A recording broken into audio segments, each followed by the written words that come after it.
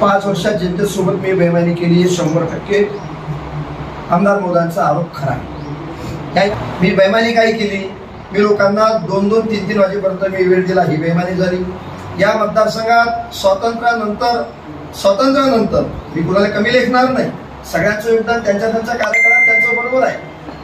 स्वातंत्र्यानंतर या मतदारसंघात 5,200 कोटी रुपयाचा ऐतिहासिक निधी या मतदारसंघात आणला, ते मी बेईमानी केली। सामान्य माणसाला राजकीय महत्व प्राप्त करून दिलं, सामान्य कार्यकर्त्यांना सोबत जोडलं, ते मी बेईमानी केली।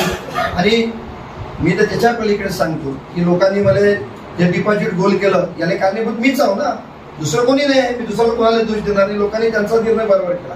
कारण देवेंद्र भुयार हरामखोर, नालायक, लुच्चा, लफंगा, कमीना, बेईमान, नालायक हे सगळे मी होतो, म्हणूनच लोकांनी माझे डिपॉझिट गोल केलं ना। या बातमीचे प्रस्तुत करतायत 31 वर्षापासून आपल्या सेवेत असलेले अग्रसेन ट्रेडर्स। आमच्याकडे सोन्यासारखा शरबती घेऊ उपलब्ध, तसेच नरम पोळीसाठी विशेष शरबती घेऊ उपलब्ध व सर्व प्रकारचे घेऊ। आमचा पत्ता गजानन महाराज मंदिर जवळ वरुड। तिसरं, मी संत सावता माळी महाराज सभागृह सावता चौक इथे मी 1 कोटी रुपयाचा निधी दिला। स्वातंत्र्यापासून 4 आणे सुद्धा अनेक आमदार, अनेक खासदार लोक झाले, परंतु कोणीही तिथे 1 रुपयाचा निधी दिला नाही। मी माझे आराध्य दैवत संत सावता माळी महाराज होते, त्यांच्या स्मारकासाठी सभागृहासाठी मी सुद्धा 1 कोटी रुपयाचा निधी आणि उर्वरित निधी डीपीडीसीतून 1.5 कोटी रुपयाचा म्हणजे 2.5 कोटी रुपयाचं नियोजन मी केलं। आणि जातीवादाचा आरोप मायावर लावल्यापेक्षा आपण आपल्याकडे 2 बोटं 3 बोटं जास्तीचे गेलेलेच आहे। त्याच्यामध्ये इतर सगळ्या समाजाचे पैसे आपण रद्द केले, सगळे सभागृह आपण रद्द केले, म्हणजे याच्यात तुमचा राजकीय हेतू आहे तरी काय? कारण मी काही बोलायला गेलो तर त्याला जातीचं रूप येईल, अजून परत देवेंद्र भुयार जातीवर बोलला असं त्याला स्वरूप प्राप्त होईल। आमदार महोदयांची भावना कशी चांगली आहे, किती चांगले सज्जन गृहस्थ आहे याच्यातून लक्षात येईल। स्वर्गीय राजूभाऊ काळे ज्यावेळेस स्वर्गवासी झाले आणि मग आपली परंपरा आहे, रूढी आहे की आपण आपला सत्तेत असणारा, पदावर असणारा माणूस जर त्याची डेथ झाली असेल तर त्या ठिकाणी आपण त्यांच्या वंशजांना किंवा वारसांना आपण संधी देतो। त्यावेळेस दुर्दैव आणि दुःख मला एका गोष्टीचा आहे, स्वर्गीय राजूभाऊ काळे पदावर असताना ज्यावेळेस त्यांची डेथ झाली, त्यांची पत्नी ज्यावेळेस उभी राहिली तर सगळ्या पक्षांनी आपला उमेदवार टाकलेला नाही, सगळे पक्ष थांबले। एकमेव विद्यमान आमदार आत्ताचे त्यावेळेस नगरसेवक होते, ते नगरपालिकेसाठी अध्यक्षासाठी उभे राहिले आणि स्वर्गीय राजूभाऊ काळे यांच्या पत्नीच्या डोळ्यात अश्रू असताना त्या पत्नीला सुद्धा पराभूत केलं। हे स्वर्गीय राजूभाऊ काळे वरतून पाहत असेल कदाचित। दुसरं, आमच्या नगरीच्या त्या तत्कालीन नगराध्यक्षा स्वातीताई अंडे, ह्या कोणा समाजाच्या मला काही माहित नाही, लोकांना माहिती माहित नाही, मी जात पाडत नाही। स्वातीताई अंडेवर पहिला अविश्वास ठराव आणण्याचं काम विद्यमान आमदार महोदयांनीच केलं, आताच्या आमदार यांनीच केलं। याचीच सही आहे त्याच्यावर का स्वातीताई अंडेंना पराभूत करा आणि म्हणजे त्यांचा अविश्वास आणला, त्यांना पाय उतर करा, ही भावना त्यांच्या मनामध्ये होती। म्हणजे चांगलं काम करणाऱ्या माणसाचे खेळ कशी ठोकली पाहिजे हे याच्यातून आपल्याला लक्षात येईल। आरोप केले आणि काही सूचना सुद्धा त्यांनी केल्या। जो निधी त्यांनी 15 कोटीचा आणलेला आहे, रद्द केला, तो विचारपूर्वक केला।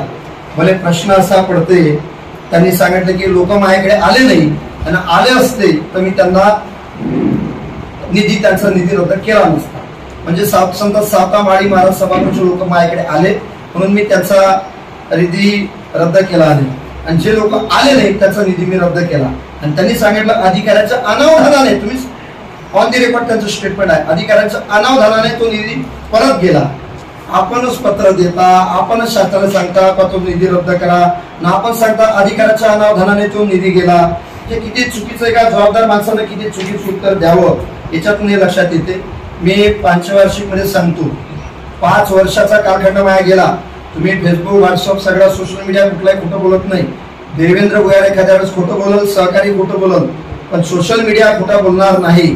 5 वर्षातला एक सुद्धा आठवडा असा नाही देवेंद्र भुयारांना त्या आठवड्यामध्ये या मतदारसंघासाठी निधी उपलब्ध करून घेतला नाही, असा एक सुद्धा आठवडा नाही। मी मुंबईतून निघताना वापस येताना निधी सोबत घेऊन येतो, पत्र सोबत घेऊन येत होतो, आणि त्याचा उपयोग मुर्शिकर जनतेला सातत्यानं झालेला आहे। जागा उपलब्ध करण्याचा जो प्रश्न होता, जागा उपलब्ध करून देण्याची जबाबदारी ही नगर परिषदेची, स्थानिक लोकप्रतिनिधींची राहते, कारण तिथे आता प्रशासक आहे। प्रशासकाला हाताशी घेऊन प्रशासकाला काही माहित नसते, त्याला स्थानिक लोकप्रतिनिधींना आणि स्थानिक कार्यकर्त्यांना बऱ्याचशा गोष्टी माहित राहते। त्यांना सोबत घेऊन त्याच्यावर जो जागा नसेल ते जागा उपलब्ध करून देणे, ओपन स्पेसची जागा उपलब्ध करून देणे आणि आराखडे तयार करणे, एस्टिमेट तयार करणे नगरपरिषदची जबाबदारी आहे। आमदार खासदाराची जबाबदारी नाही ना, आपण अंगावर घेऊन काही अर्थ नाही। आमदार महोदयांनी ते अंगावर घेतलं काही झालं नाही बघते, ते त्यांच्याकडनं करून घ्यायचं असते। या प्रकल्प जो आहे हा खासगी भागीदारीतला प्रकल्प आहे। देवेंद्र फडणवीस साहेबांनी त्यावेळेस MOU केला, जैन आणि कोको कोला अशा 2 कंपन्या त्याच्यामध्ये काम करायला असं ठरलं। त्यांनी भूमिपूजन केलं, उद्घाटन केलं, लगेच संत्रा क्रश केला दिला असं सांगितलं, परंतु तिथं रस्ता उपलब्ध नव्हता। तो देवेंद्र भुयारांनी रस्त्यासाठी सुद्धा 8 कोटी रुपयाचा निधी आणला, रस्ता उपलब्ध केला, इलेक्ट्रिसिटीची व्यवस्था केली, पाण्याची सुद्धा व्यवस्था आपल्या प्रकल्पातून, आपल्याच प्रकल्पासाठी जे सिंचन प्रकल्पातून आपल्या संत्रा प्रक्रिया प्रकल्पासाठी देवेंद्र भुयारांनी त्या काळामध्ये उपलब्ध करून दिलेली आहे। तुम्ही जैनवाल्या कंपनीच्या लोकांशी जाऊन भेटा, ते सगळं तुम्हाला उघड सांगाल का मी काय तिथे योगदान दिलं। आता जैन कंपनी अवसानात सापडलेली आहे, याच्यामुळे त्या कंपनी अवसानात सापडल्यामुळे ते आर्थिक डबगाईच असल्यामुळे त्या प्रकल्प उभा करू शकत नाही, त्यांची अडचण आहे। ती अडचण देवेंद्र भुयारांची नाही ना, तो कारखाना माया नाही आहे, तो जैनवाल्यांचा कारखाना आहे, कोको कोलाची भागीदारी त्याच्यामध्ये आहे। हा प्रश्न मला विचारल्यापेक्षा जैनवाल्यांना त्यांनी विचारावा। उलट आपली तर संत्रा प्रक्रिया प्रकल्प उभा झाला पाहिजे, त्यासाठी मी सातत्यानं प्रयत्न केले। कृषी विभागाकडनं मंजूर होत नाही, ते शेवटी MIDC कडनं आम्ही केंद्र आणि राज्याचा वाटा घेऊन MIDC कडनं आम्ही उभा करून घेतला। त्याचं काम सुद्धा खासगी भागीदारीतलं काम बारगावाचे प्रत्यक्ष चालू आहे। त्याला 5 वर्षात जनतेसोबत मी बेईमानी केली, 100% आमदार महोदयांचा आरोप खरा आहे। यासाठी खरा आहे की मी जे जनतेसोबत बेईमानी केली म्हणून त्याचा फटका माझ्यावर बसला। मी बेईमानी काय केली, मी लोकांना 2-2, 3-3 वाजेपर्यंत मी वेळ दिला, ही बेईमानी झाली। या मतदारसंघात स्वातंत्र्यानंतर मी कुणाला कमी लेखणार नाही, सगळ्यांचं योगदान त्यांच्या कार्यकाळात त्यांचं बरोबर आहे। स्वातंत्र्यानंतर या मतदारसंघात 5200 कोटी रुपयाचा ऐतिहासिक निधी या मतदारसंघात आणला, ते मी बेईमानी केली। सामान्य माणसाला राजकीय महत्व प्राप्त करून दिलं, सामान्य कार्यकर्त्यांना सोबत जोडलं, ते मी बेईमानी केली। आणि मी तर त्याच्या पलीकडे सांगतो की लोकांनी मला जे डिपॉझिट गोल केलं याला कारणीभूत मीच आहो ना, दुसरं कोणी नाही, मी दुसरं कोणाला दोष देणार नाही। लोकांनी त्यांचा निर्णय बरोबर केला, कारण देवेंद्र भुयार हरामखोर, नालायक, लुच्चा, लफंगा, कमीना, बैमान, नालायक हे सगळे मी होतो, म्हणूनच लोकांनी माझे डिपॉझिट गोल केलं ना। जे आहे ते उघडच आहे, मी जर चांगला राहिलो असतो लोकांनी माझे डिपॉझिट गोल केलं नसतं, मला घरी बसवलं नसतं, मला सुखासाप नसता केला। मी या सगळे अवगुण मायामध्ये असल्यामुळं लोकांनी मला डिपॉझिट गोल करून घरी बसवलं। आणि यावलकर साहेब, विद्यमान आमदार साहेब, आपण अतिशय प्रामाणिक, सज्जन, चारित्र्यवान आणि राजा हरिश्चंद्र आहे म्हणूनच तुम्हाला निवडून दिलं ना, त्याच कारण लोकांनी तुम्हाला निवडून दिलं। आणि आम्ही बेईमान होतो म्हणून आम्हाला घरी बसवलं। आमची विनंती तुम्हाला अशी आहे की आम्ही बेईमान, हरामखोर, नालायक, लुच्चे, लफंगे आहे म्हणून आम्हाला लोकांनी घरी बसवलं, तुमच्यावरती वेळ येऊ नये ना। तुम्ही निधी रद्द करणे हा त्यातला एक मार्ग नव्हता, पण तो मार्ग तुम्ही काही अज्ञानामुळे, आर्थिक व्यवहारामुळे तुम्ही पत्करला, आणि त्या आर्थिक व्यवहारामुळे हे सगळे तुम्ही जे कामं होणारे होते, अतिशय सगळ्या समाजाच्या, धर्माच्या, पंथाचे काम होते, ते तुम्ही कामं रद्द केले, हे फार दुःखाने दुर्दैव आहे। त्या पत्रकार परिषदेमध्ये मी जातीचे आरोप केले असं उघडपणे वाटलं।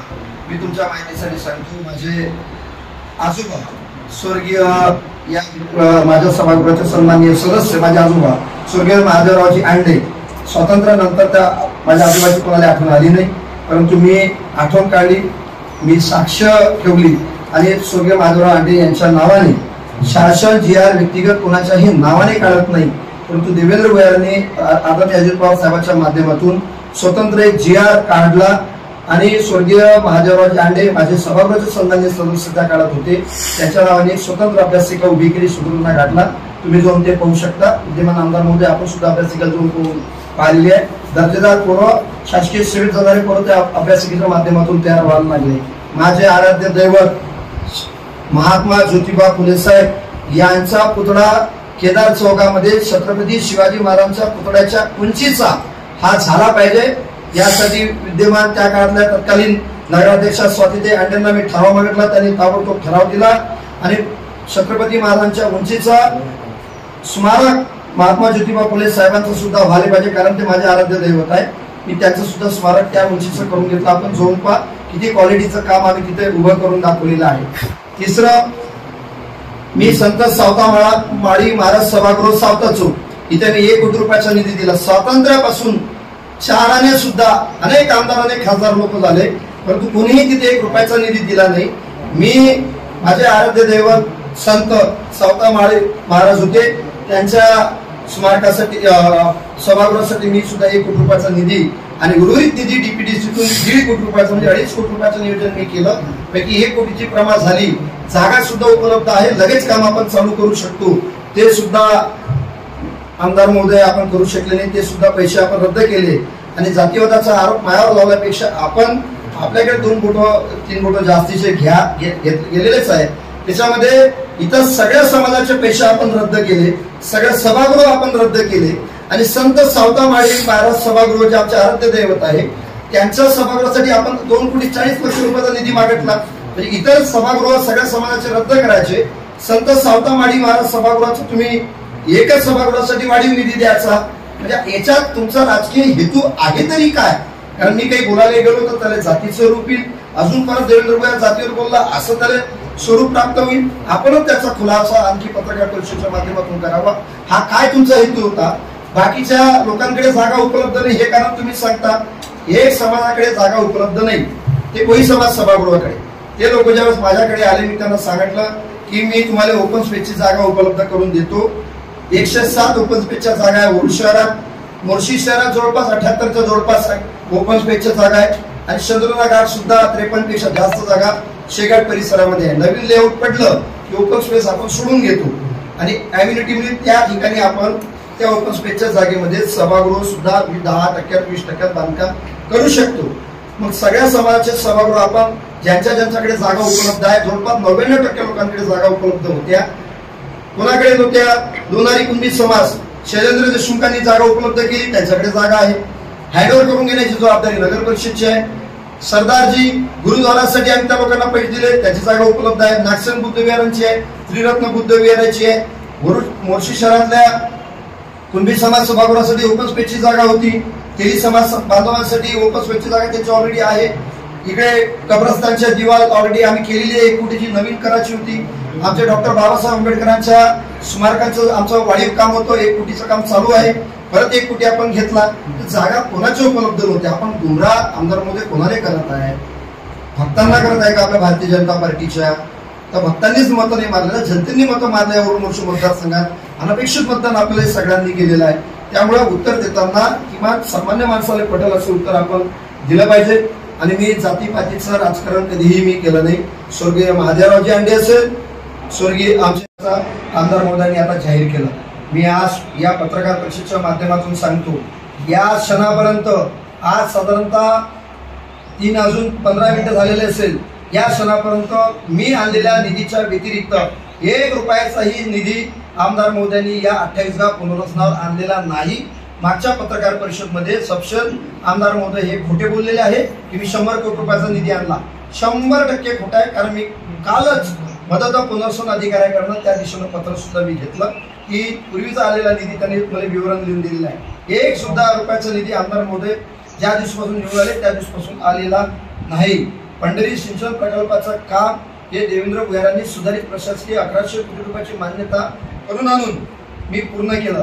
त्याला अतिरिक्त 55 कोटी रुपयाचे स्लाइडिंग होत होतं, जमीन खचत होती. याच्यासाठी सुद्धा मी स्वतः आपल्या कार्यकाळात ज्यावेळेसपर्यंत मी आमदार होतो त्या कार्यकाळात पैसे मी उपलब्ध केले आणि 55 कोटी रुपये अतिरिक्त सुद्धा मी शासनाकडून आणले. त्याचं टेंडर आता लागलेले आहे आणि आमदार महोदयांनी सांगितलं हे पैसे मी आणलेले आहे म्हणून. अजिबात नाही. त्याचा त्यांनी पैसे आणल्याचा पाठपुरावा केल्याचा, पैसे आणण्याचा पुरावा त्यांच्या कार्यकाळामध्ये त्यांनी केला असेल त्यांचा पुरावा त्यांनी द्यावा. खोपडा प्रकल्पासाठी मी सगळे प्रकल्प पूर्ण केले. पंढरी सिंचन प्रकल्पाला निधी दिला. त्यानंतर पवनी सिंचन प्रकल्पाला पाणी 7 किलोमीटरवर सुरळी धरणातून दिलं. चांदोशी प्रकल्पाची पीडीएसाठी मी पैसे मंजूर करून आणले. तिकडे आपल्या पाक प्रकल्पाच्या पीडीएसाठी अतिरिक्त निधीची गरज होती, त्यासाठी पैसे उपलब्ध केले. झेटामगिरी प्रकल्पासाठी अतिरिक्त निधी पाहिजे होता, त्यासाठी पैसे पूर्ण केले. कारण कमी पैसे पडले तर पैसे विद्यमान आमदारांनी आणून ते काम पूर्ण करायचे असते, उलट ते रद्द करायचे नसते.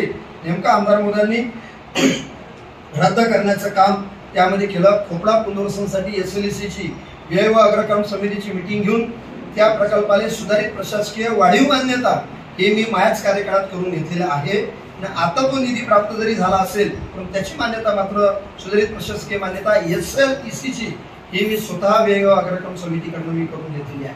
म्हणून काही निरर्थक आरोप ज्यांचा संबंध नसताना गुमराह करण्याचं काम विद्यमान आमदार महोदय हे सगळे करायला लागलेले आहे. मी आज या पत्रकार परिषदेच्या माध्यमातून एकच विनंती करतो की आमदार महोदय, मी हरामखोर, नालायक, कमीना, लुच्चा, लपंगा, मवाली गिवाली मी सगळं आहे आणि म्हणूनच लोकांनी माझ्या सुपडा सापडून मला घरी बसवलेला आहे. परंतु माझ्यासारखं होण्याचं काम तुम्ही करू नका.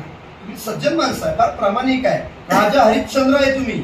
मग राजा हरिश्चंद्र सारख्या माणसांना माझ्यासारख्या मवाली सारखं वागू नये, होऊ नये, एवढीच विनंती या पत्रकार परिषदेच्या निमित्तानं मी तुम्हाला करतो. दुसऱ्या देशामध्ये जे पैसे रद्द आपण केलेले आहेत ते कुठल्याही परिस्थितीत अधिवेशन संपण्याच्या अगोदर, कारण आयुधाला तुम्हाला फार मोठा अधिकार दिलेला आहे. सभागृहाचं कामकाजात तुम्हाला सहभाग होता येते, तुम्हाला एक मोठं शस्त्र आयुधाच्या माध्यमातून प्राप्त झालं, तर त्यातून तुम्ही 15 कोटी रुपये जे रद्द झालेले आहेत ते 15 कोटी रुपये रद्द तुम्ही केले, ते परत अधिवेशन संपण्याच्या अगोदर तुम्ही या उर्मोर्शीकर जनतेचे परत आणून द्या.